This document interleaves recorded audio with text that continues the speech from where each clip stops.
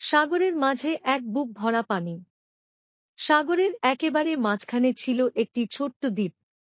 সেই দ্বীপে কেউ থাকত না, শুধু একটা বিশাল গর্তের মতো জায়গা, যেটাতে ছিল এক বুক বিশুদ্ধ পানির জলোচ্ছ্বাস।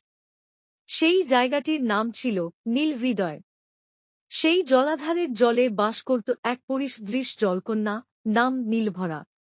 তার চোখ ছিল সাগরের মতো গভীর আর কণ্ঠে ছিল জলের গান। প্রতিদিন সে সেই হৃদয়জলের মাঝে ভেসে গান গাইত। তার সুর শুনে মাছেরা নাচত, তিমি ডেকে উঠত, আর মেঘেরা এসে বৃষ্টি হয়ে ঝরে পড়ত। একদিন রাজ্যের এক জাদুকর শুনল নীল হৃদয়ের গানে লুকিয়ে আছে অনন্ত শক্তি। সে তার জাদুর জাল দিয়ে পুরো দ্বীপ ঘিরে ফেলে। সাগরের জল রাগে ফুঁসে ওঠে। নীলভরা কাঁদতে থাকে, আমার গান শুধু ভালোবাসার জন্য।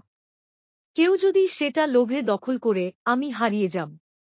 সেই রাতে নীলভরা শেষবারের মতো গান গায়। তার সুরে ছিল বিরহ, মায়া আর জল হৃদয়ের আরতি। তার গানের শেষ লাইনে সে বলে, আমি যদি আর না থাকি, এই এক বুক পানি থাকবে। শুধু সেই থাকবে যার হৃদয় সত্যিকারের জলের মতো বিশুদ্ধ। সঙ্গে সঙ্গে পুরো দ্বীপ ঝলসে ওঠে। জাদুকরের সব জাদু গলে যায় পানির মধ্যে।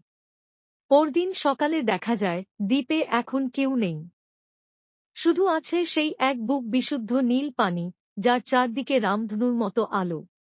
যেই নিজের হৃদয়ের সত্যতা নিয়ে আসে, সে পানির ছোঁয়ায় শান্তি পায়, শক্তি পায়, আর গলায় শুনতে পায় এক মায়াবী জলকণ্ঠ। ভালোবাসা যেখানে বিশুদ্ধ, সেখানেই আমি বেঁচে থাকি। এই গল্প আমাদের শেখায়, জল যেমন শান্ত অথচ গভীর, তেমনি ভালোবাসাও যদি নিঃস্বার্থ হয়, তবেই সে অলৌকিক হয়ে ওঠে।